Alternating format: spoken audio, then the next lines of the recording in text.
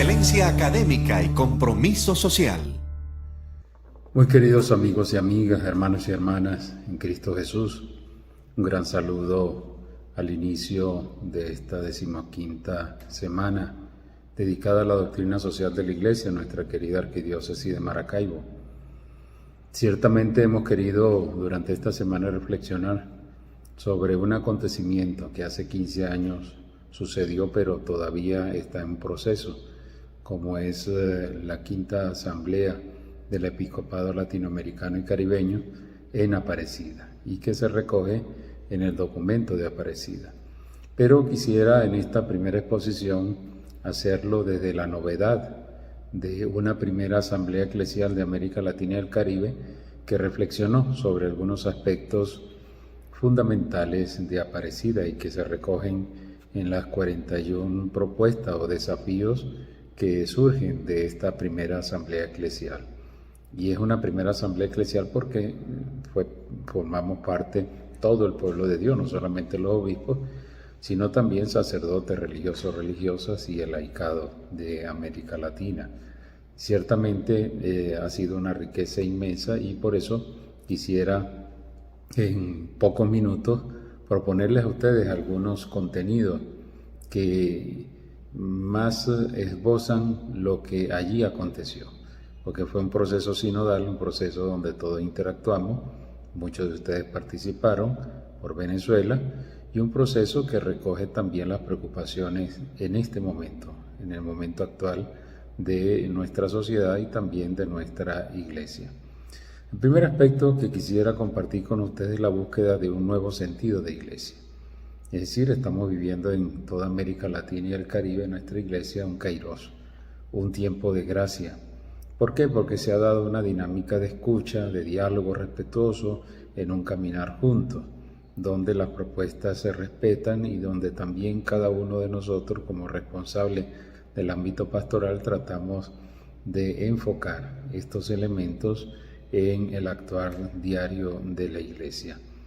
Fue una escucha, un discernimiento de la palabra de Dios, desde la perspectiva del compromiso bautismal. Fue un momento también de gran dinamismo inspirador, especialmente desde la palabra de Dios y desde el Concilio Vaticano II, propuesta también en el documento de Aparecida.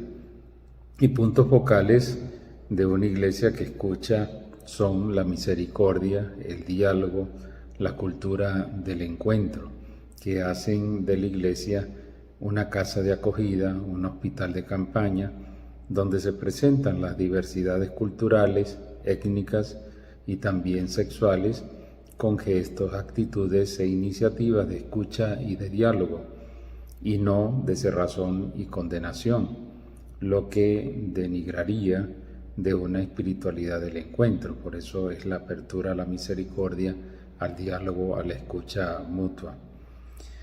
Tenemos que ir hacia una conversión eclesial, sinodal y ecológica.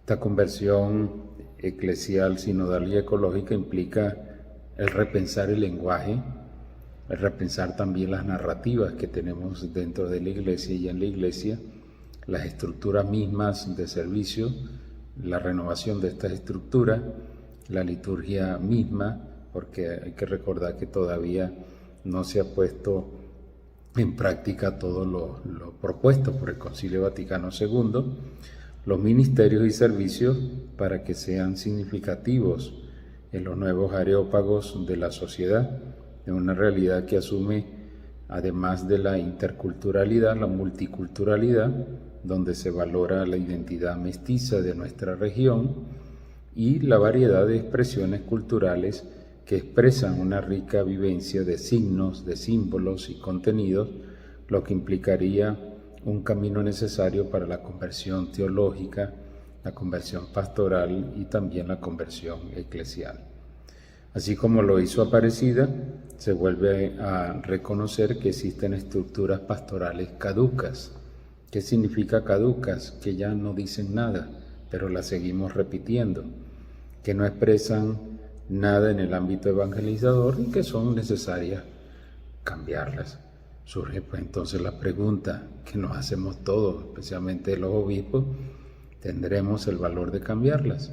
¿O preferimos la comodidad de seguir haciendo más de lo mismo porque se nos hace fácil el dominio o porque es una tradición? ¿Seguiremos con nuestros tradicionalismos católicos sin asumir que la historia va cambiando y requiere nuevos métodos, nuevas expresiones, una nueva voluntad, un dinamismo comunicacional distinto, diferente? Por lo tanto, en toda América Latina y el Caribe estamos repensando las cosas y debemos seguir, por lo tanto, construyendo una iglesia sinodal en salida misionera, que está abierta a las insinuaciones del Espíritu y favoreciendo la dimensión social de la evangelización, que promueva una incidencia social del Evangelio más audaz, inculturada, comprometida, profética, en la defensa de los derechos humanos y el cuidado de la casa común. Reafirmando también y dando, por supuesto, prioridad a una ecología integral, porque la casa común, la casa que es de todos, se está deteriorando vertiginosamente. Vemos que sin una conversión ecológica, como nos dice el desafío número 17, poco se puede hacer para preservar la madre tierra ante la depredación del medio ambiente, entendida esta como una relación la que existe entre la naturaleza y la sociedad que la habita. Y esto nos implica a todos sin distinción, porque no podemos entender la naturaleza como algo separado de nosotros o como un mero marco de nuestra vida. Estamos incluidos en ella, somos parte de ella y estamos interpenetrados. De ahí que las soluciones que se busquen deben estar interrelacionadas sistemáticamente en los ámbitos naturales y sociales, lo que implica una sola y compleja crisis ambiental. Y esto es fundamental que lo entendamos, porque muchas veces nuestras propias actitudes van contra la madre tierra, contra la casa común. Y esto lo vemos mucho en las grandes ciudades como la nuestra, como Maracaibo. Lo vemos también en la contaminación de nuestro lago, que no es solo el deterioro del agua, es el deterioro también de cada uno de nosotros, que estamos respirando cerca del lago. Y esto implica, por ende, un compromiso serio, no solamente del ámbito gubernamental ni de los grupos ecológicos, sino también de toda la ciudadanía. Ahora hay un sentido profético de la Iglesia.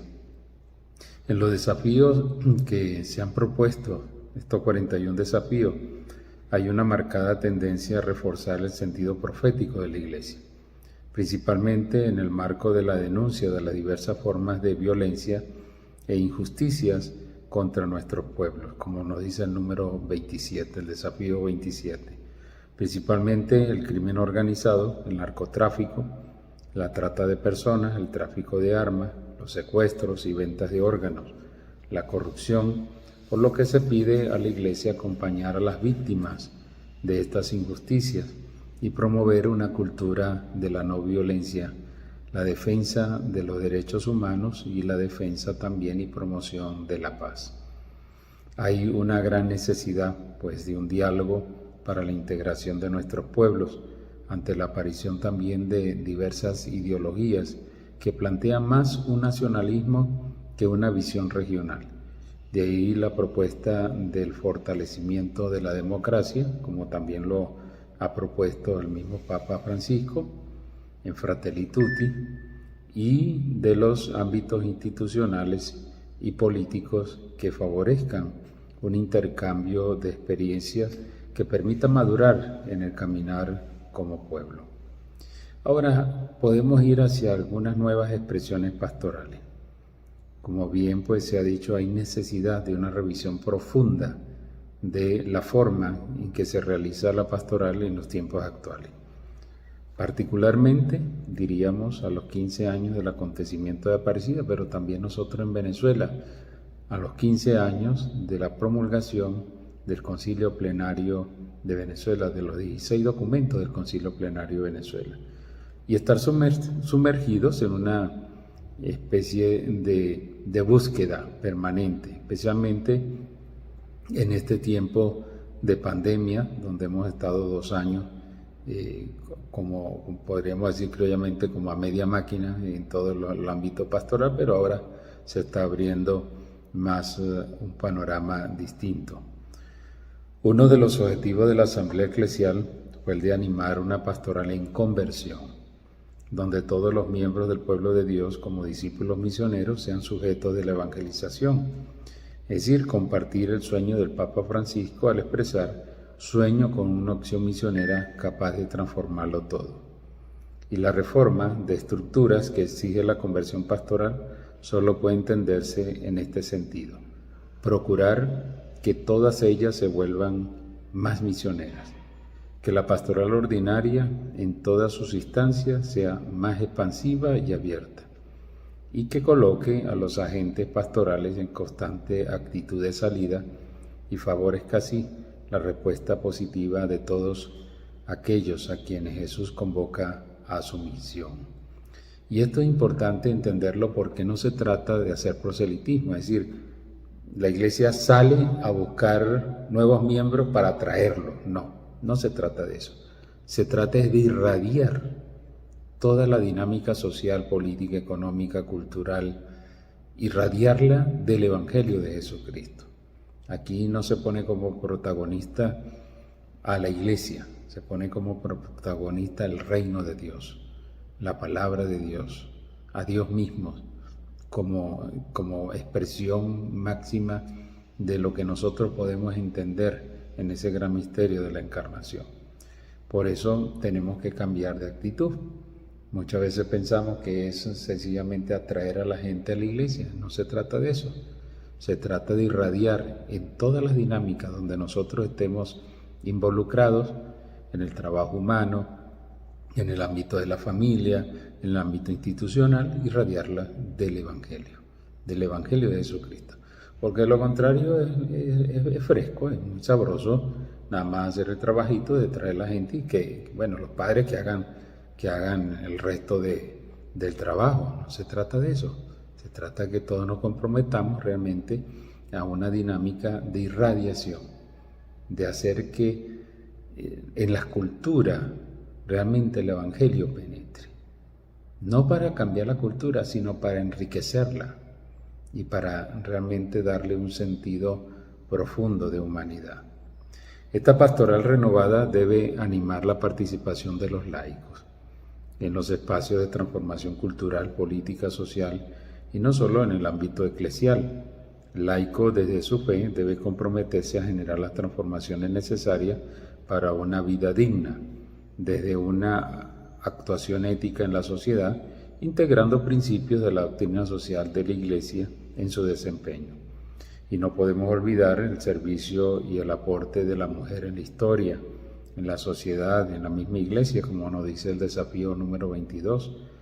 Es decir, que el genio femenino es fundamental en el desarrollo integral de las comunidades sociales y eclesiales, por lo que se hace necesario impulsar su participación en los ministerios, en las instancias de gobierno, de discernimiento y decisión eclesial, como nos lo dice el desafío número 3, así como promover e incentivar la protección de la mujer ante la discriminación y atropellos que padecen particularmente las mujeres pobres, migrantes, indígenas y afrodescendientes. También particular importancia tienen para la pastoral de la Iglesia los jóvenes, no solo porque se les considera el futuro de la Iglesia, sino principalmente porque ya son el presente en la vida social y eclesial de nuestros pueblos. Es decir, son actores de transformación y de esperanza en las comunidades.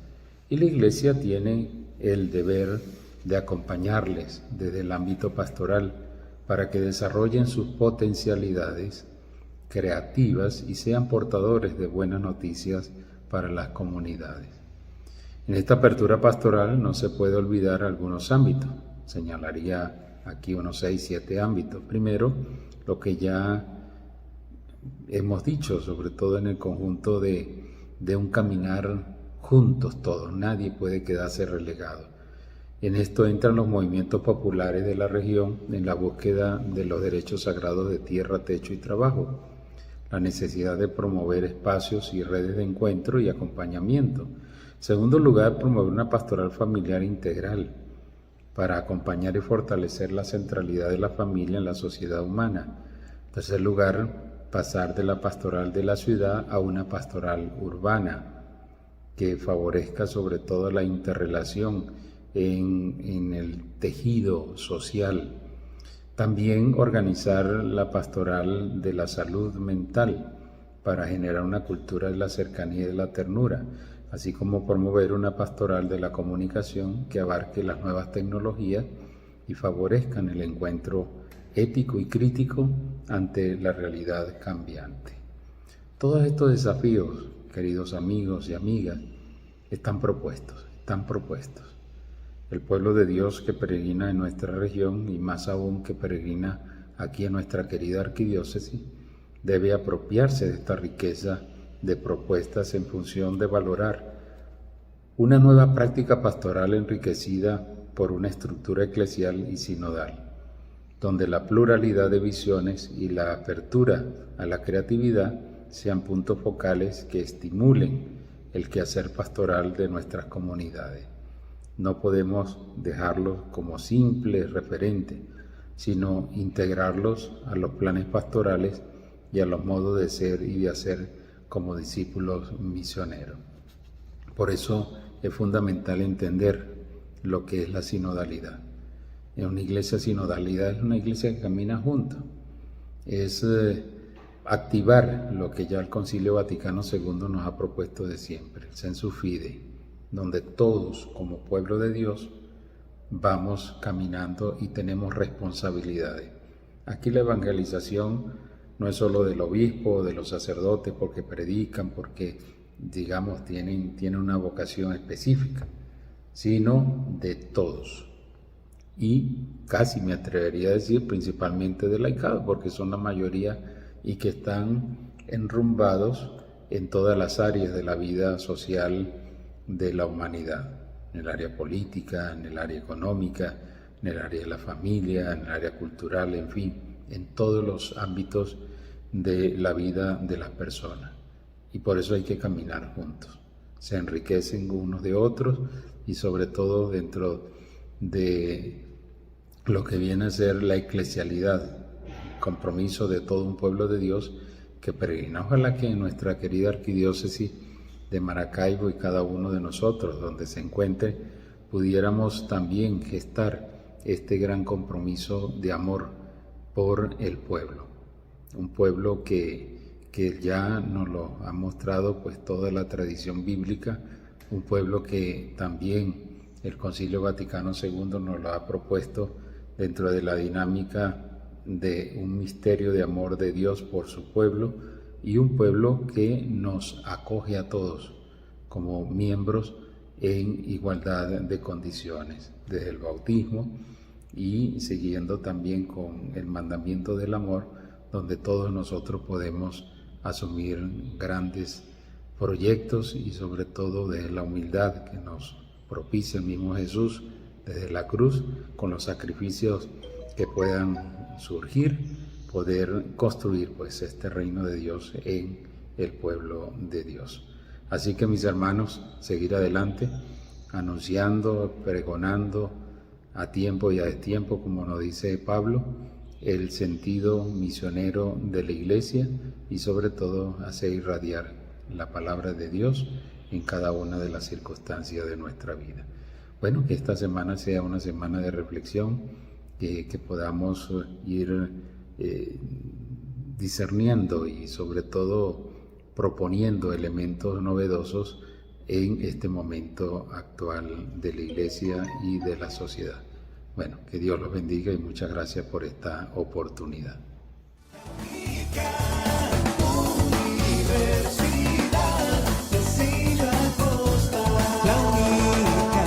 Excelencia académica y compromiso social.